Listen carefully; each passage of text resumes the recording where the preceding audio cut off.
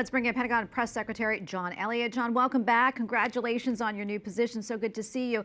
So what more can you tell us about these strikes ordered by President Trump over the weekend? Well, Tracy, it's great to be back on EWTN. Number one, the difference here there's a lot of strikes that happened under Biden and under the Saudis. They were also going against the Houthis at times. But what differentiates these attacks under President Trump is that this is in terms of their force, this is overwhelming force. And number two, it's a sustained campaign. This is not a one-off bombing and then we see how they respond. This is a very targeted and sustained kinetic operation that just started over the weekend.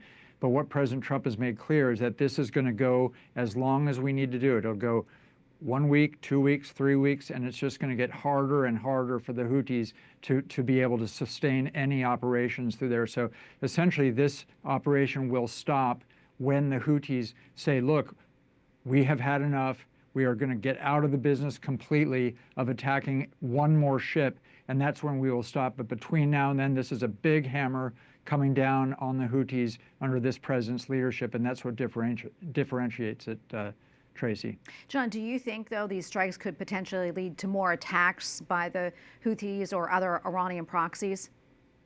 Not at all, because they're just going to get clobbered over the head by these attacks. And so once they put their head up one more time and do this, then they're just going to get taken out again, and again. This is a sustained operation.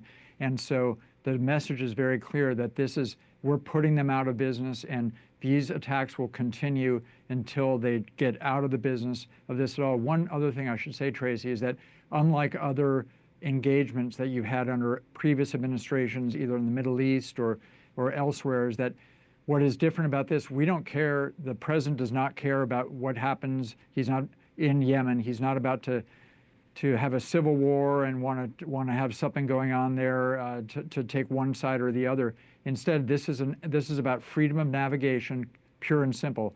This is about restoring deterrence and saying, look, these guys in your tee-up, you said it was 100 ships were attacked during that time. It actually, for the last year and a half, it was actually 200 total that were attacked, and the U.S. Navy vessel was attacked. There has not been, Tracy, a single U.S. vessel, a merchant marine vessel, that has gone through there without the threat of attack for over a year now, and some of them were actually attacked. So this is something, it's about freedom of navigation, it's about opening up one of the most important waterways in terms of getting commerce back, getting imports, and in that way it's seen as very much allowing more from Indo-PACOM, more merchant marine vessels coming through from China. So this is really something that's going to open up the Gulf of, not only the Gulf of Aden, but the Red Sea and all the way up to the Suez Canal as an important waterway that's now closed off because of their actions. All right, we got to leave it right there. John, thank you so much for your time today. We really appreciate it.